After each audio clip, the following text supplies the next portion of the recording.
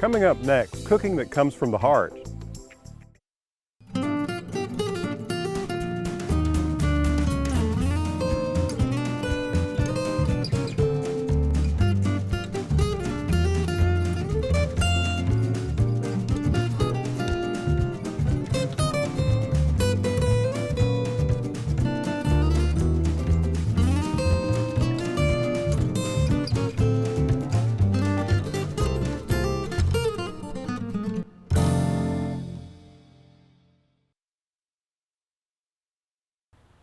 Hi, I'm Alan Smith. Welcome to Garden to Table. We have a yummy show in store for you today. Lots of delicious things. We're in the South. We're traveling around a bit, an area known for its historic architecture, its soulful music, and of course, delicious cuisine. In today's show, we'll visit with Yvette Brady about soul food and learn the secrets of her amazing fried chicken. Then later, we're going to the Purple Hull Pea Festival in Emerson, Arkansas, where they really celebrate this versatile vegetable. Plus, we'll show you how to prepare some Southern favorites that are sure to become staples at your table. As you can see, we have a lot to cover in today's show, so why don't we start by visiting my friends at the Mosaic Templars Cultural Center.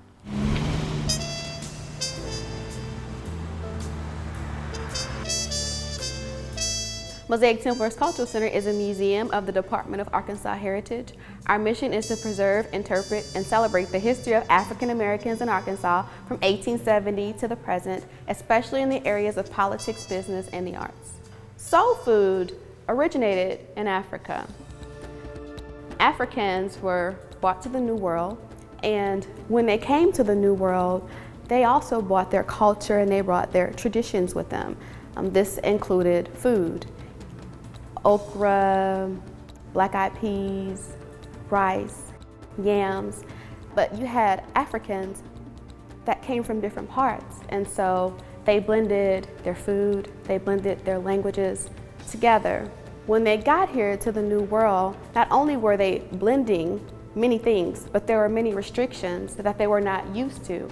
One of the restrictions was their dietary needs. They had to basically take what was given to them. Many times, these were things that were leftovers. You know, the backs, the liver, the gizzard, pig feet, ears, those types of things. So they took that and they blended that with the traditional foods that they had from their homeland. And that's basically how soul food originated. That culture continued throughout the years.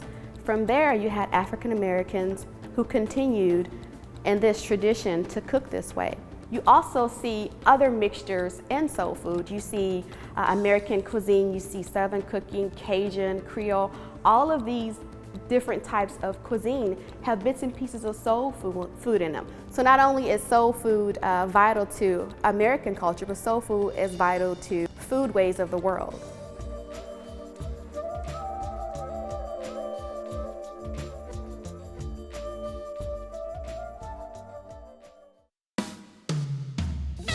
When you think of Southern fried chicken, and what I think about it is being home with my family. You know, it's after church, you're sitting around the table and you know you're gonna get some good fried chicken on Sunday, you know. That's next to being prayed over, you know, you're gonna get that fried chicken and then you have that perfume smell and everybody's kissing all over you and stuff like that after church. And I mean, you know, that's Southern, you know, and that's a tradition that, you know, is carried on right now. It goes back to my youth, my childhood, being with my mom in the kitchen and just a traditional good Southern food. I mean, that's what I grew up on and that's what I love. We're gonna start this morning by preparing 1620 Southern fried chicken. And the most important thing is to get it prepared to go into the hot oil. And what we use here is peanut oil. And what I have is my seasonings. I have paprika, I have white pepper, I have black pepper, I have a little celery salt, a little garlic salt, and fresh herbs, rosemary and thyme. And so what I want to do is just make sure the chicken is completely coated with seasoning. A little fresh herbs right here. And the most important thing when frying a chicken wing is that you want to make sure that you tuck the wing. It's just the process of making it very attractive. You don't want to fry it and the wing is out like that. So you want to make sure that you tuck it. You want to make sure that the chicken in itself is completely marinated or seasoned really well with everything. That's what I'm going to do right now. Put it in flour.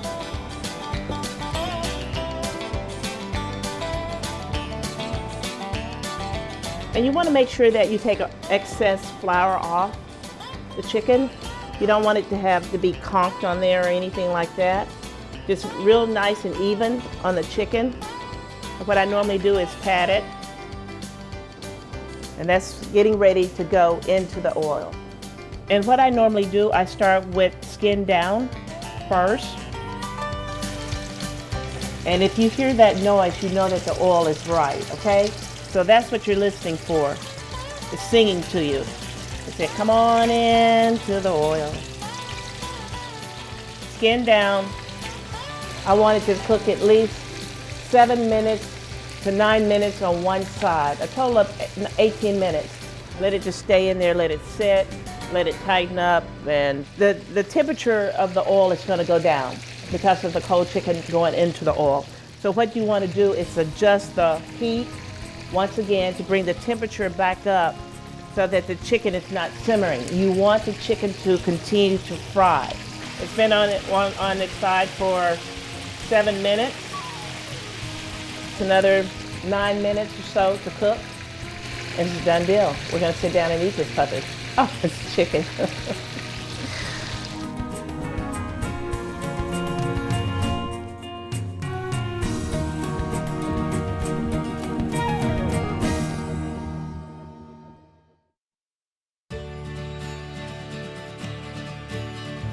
Just take a look at this crop, how lush and green these plants are. This is okra, a variety called Clemson Spineless. It's one of my favorites. Now, I love to grow okra for a number of reasons. One is, well, I love to eat the stuff any way you prepare it. I like it pickled, I like it in gumbos, and I even like it fried. The flower is very beautiful. I don't really grow it so much for its flower, but its flower is very telling. You can tell that it's a member of the mallow family. And I love its pale yellow color and deep sort of claret throat. But on a much more practical level, okra is a plant that can withstand very high temperatures. And this past year, we've had record-breaking temperatures well above 100, and these plants have just pushed right on through. But I will say this, they had to have plenty of consistent moisture. Now, what's interesting about this plant is that it's been a part of the American diet, particularly in the South, since the early 18th century. It's believed that the first okra seeds were brought here by African slaves. Now, I direct sow my okra in rows like this, but I soak the seed overnight in water or in milk or buttermilk. My grandmother did this because the lactic acid would help break the outer hard covering of the seed down just a bit, and it aided in germination, and it really works. Now, one of the things you want to keep in mind when your okra begins to produce is you want to watch it almost every day because those pods can grow very quickly. And you want to make sure you harvest them while they're tender. That's one of the reasons I love Clemson Spineless, because the spines on the okra pod are virtually non-existent, which makes them the perfect candidate for cooking in all sorts of recipes. And I have to say, I love having them grilled directly on an open grill. Give it a try. Well, I guess it's officially the end of the gardening season. Our okra is done for the year. We're going to get a cold front moving in, so I wanted to get it all cut. One of the things I've enjoyed over the years is introducing a lot of my friends north of the Mason-Dixon line to okra. You see, okra has been around for a long time in this country. It was here much earlier than 1824, but it was first referenced in Mary Randolph's of Virginia Housewife's Cookbook. So what I want to do is show you how to make okra fritters. They're very easy and very good. And what we're going to start with is we're going to start with 2 cups of diced okra. And then half a white onion chopped. Now I need to get my fire going. I want to make sure that it's on a medium heat, just slightly warmer than medium. And then I want to mix these vegetables all together. All right. This will make enough okra fritters for 4. And then what I have here is a half a cup of cornmeal and 2 tablespoons of flour and a teaspoon of salt. And then I'm just going to do about a half a teaspoon of cracked pepper. I love lots of pepper. We get all this mixed up together. Make sure that's fully blended. Okay, got it all mixed together. Now I'm ready for some egg, and I'm going to take 2 of these hen's eggs, and we're going to make sure they're all right here. Yep. And we'll whisk these, and I'm going to take it and just take the egg and dump it into the batter like this. And then it's just a matter of bringing that moisture of the egg together with the vegetables and the dry ingredients. So then I take the mixture and I roll it into a ball about the size of a hen's egg, then put it in the hot oil and then just mash them down. You see, it only takes about 2 to 3 minutes, and then when it browns around the edge, you know it's ready to flip it on the other side. These okra fritters are so good with things like black-eyed peas and even a slice of ham. Give them a try.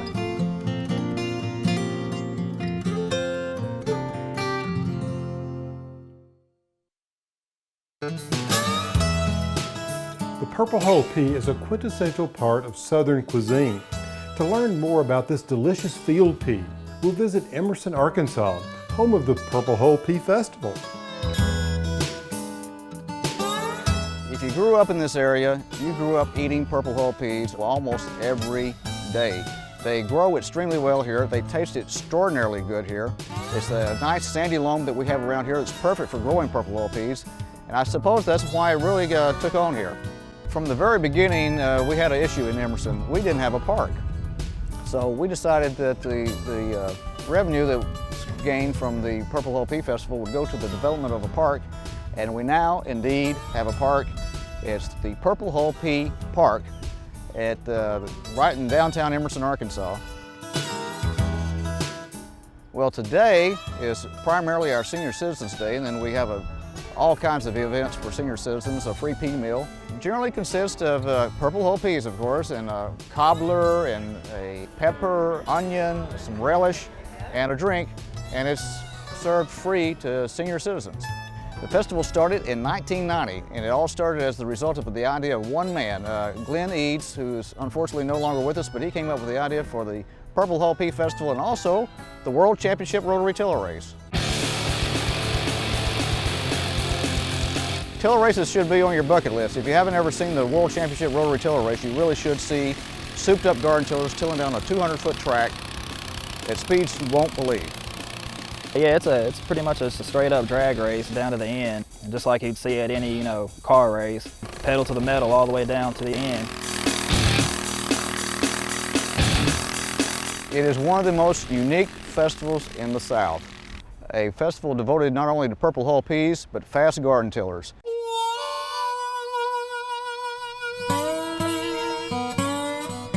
Peas are easy to grow.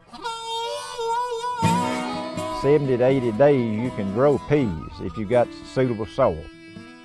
I'm Billy Williams, and I've been farming, I guess, since I was 15 years old. Every year we grew some type of Purple Hull. Years ago they were just 2 types, and now you've got several varieties. They'll grow in just about any soil, I'm sure, anywhere you've got the climate suitable for them. Now the clay and your tighter soils, it won't do as good in that because it gets too tight and they dry out too quick. The key thing about planting peas is when you got a soil temperature of 70 degrees or above. And they will grow at a cooler temperature, but it slows or retards the growth. When the soil and temperature is right, from 3 to 5 days the peas are up after you plant them. And within 3 weeks they're blooming. Materials is 60 days and it goes up to about 70 days on the different types of Purple Hull. It doesn't take a very big place or much work. Any analysis fertilizer will work. Peas don't need much nitrogen because they make their own nitrogen. Here I have different stages, the growing stages of the Purple Hull peas. This is the early stages, even on down to a small pea, and everywhere in between. And this is a full mature pea. It'll stay this way in a hot climate for about a week before it dries up.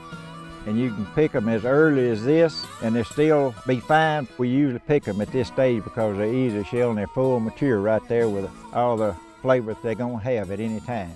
It's not any trouble picking off. You just pick them off like this. Just break them over with your finger. You can strip them out like this, and there's your peas.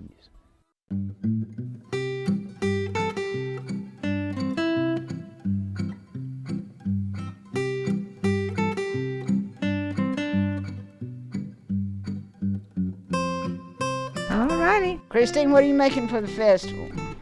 Something better than you, I'm sure.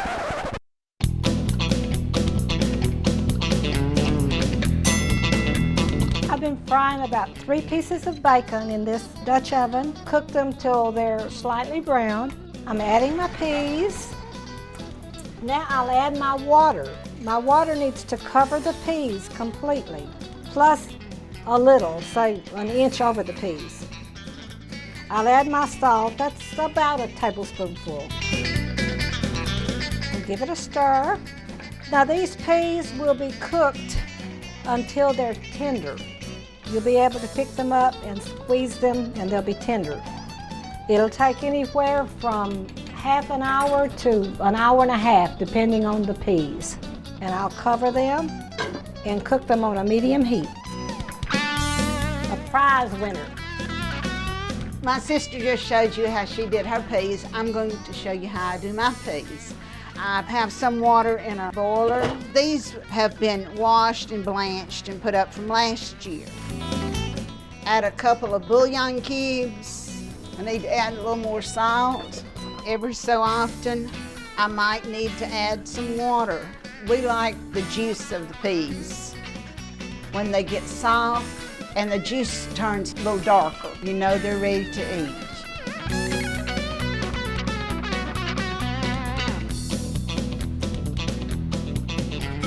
You want mine or do you want yours? I'm gonna try mine because I think it's a pea winning recipe. Oh, I don't know. That bacon sure does make these good. This is just right. That's what we need. Got to get me some of that pot liquor though. Yeah.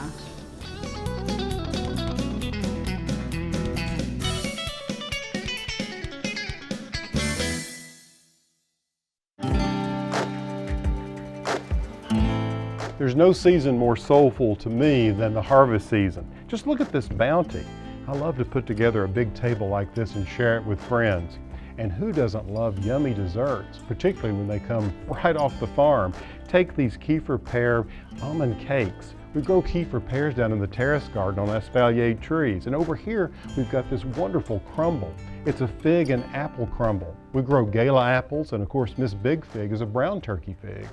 Yeah, I have to say, creating a tablescape this time of year is possibly one of the easiest because there's so much bounty around to use. As you can see, we've used all kinds of gourds. Many of them we grew here at the farm. Pumpkins, cabbage, and I love this cotinus, which is the purple smoke tree, just limbs stuck down into a gourd-shaped vase. So I started here with a basic chocolate brown tablecloth, just covering one of our old farm tables. And then I took a series of napkins. I used some of the chocolate brown that I had. They don't really match, but it doesn't matter. And I built some plateaus using some just stacked wood to get some of the desserts elevated. And then I took some plaid, which had some of the same colors as the apples and pears and the various fruits on the table. And I'm using those to accent the table and also to cover some of the dishes until it's time for guests. There's also a touch of cast iron here, you'll see. I've got some cast iron crows and acorns, which certainly fit the spirit of the season. And then we're serving up these wonderful pear and almond cakes in cast iron skillets. So that helps tie the theme together.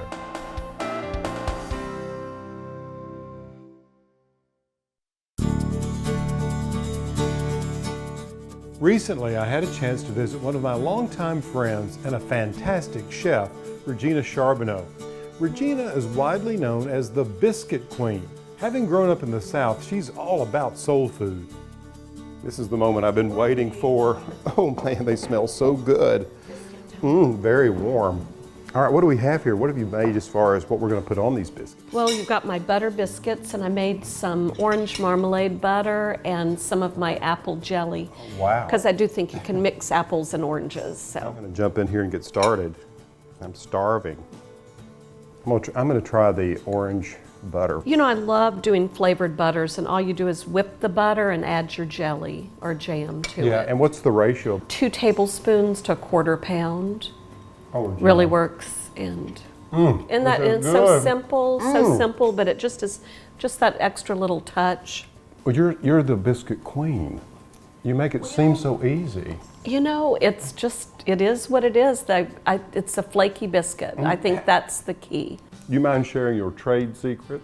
Well, you know, for you, I will give you my whole recipe. What I do is I start with 4 cups of flour. Then I add my dry ingredients, which is a 1/4 cup of sugar and a 1/4 cup of baking powder. Sugar. And I'll tell you why. I take the sugar, I always use equal parts sugar to baking powder to get rid of that metallic taste of baking powder, and it makes all the difference in the world. So the sugar does that. So I do my dry ingredients, the 4 cups of flour, the 1/4 cup of sugar, the 1/4 cup of baking powder. Mix those in the mixer for just a few turns. Now, just a few turns, you don't want to pulverize it too much, do you? Right, you just want that blended. Yeah. But then I take 1 stick of butter, which is a 1/4 pound, and 3 sticks of margarine, 3/4 pounds. And you know, if you catch the ratio here of fat to flour, it's pretty high. That's also what makes me the queen of biscuits. And so the key is I cut my butter. Now, is it cold butter or is It's it room absolutely temperature? cold. Okay. Cold is key. Yeah.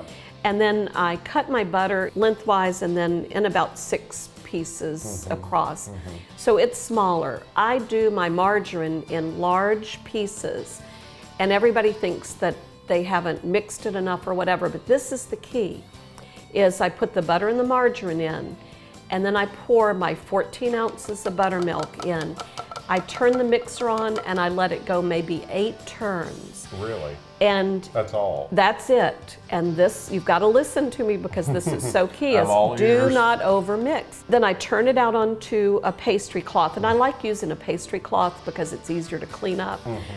And I flour the pastry cloth, I turn my biscuit dough out, and I roll it. And then this is where the French technique comes in. I fold it over 3 times, like an envelope, folding over. Right. Then I turn it around, I roll it again, I do that folding technique, and I turn until I get a nice smooth dough. But what I also look for is a ribbon effect of that butter and the margarine. And having a little bit of that powder ribbon. in the way of the flour Yes, creates that ribbon. it also does that separation. It does that separation, and well, you can even see by looking Yeah. at the cooked biscuit Yeah, how it flakes They're up. stratified. Yes, Yeah. and that is And done delicious. in the rolling technique, which is really key. And it's not hard. And you know what I love about these, and I learned my whole life, I always try to simplify things because I'm not a martyr. I don't like to work that hard. I love do. to entertain and I love to do things, but I make my biscuits and I punch them out and put them in the freezer. And the ones you're eating today, I just took right out of the freezer and put in the muffin tin and baked. Really? And I love that tip of just putting them in a muffin tin. Yes, and Yeah. I put them in the muffin tin because it keeps them from spreading out, and you get that nice crispy bottom, and they're pretty to look at. So, but the freezing of the biscuits, so even though my biscuit recipe is maybe a little bit more work, you can make a bunch ahead and just pull them out Put as you them need away. them. And can you just put them in frozen and you bake frozen, you don't let them thaw? That's right. Put them Yeah. right Wow. in, and they just come out great. And if you don't have a pastry cloth, could you just use wax paper? You can. Yeah. And even just a dish towel that doesn't have the fuzz on it, you know, just Yeah, like yeah. a bar towel, they call it. Excellent, excellent. Well, they are so good. Thank you for you. sharing the recipe. Anytime You're for you. such a sweetheart. Well, I love you too.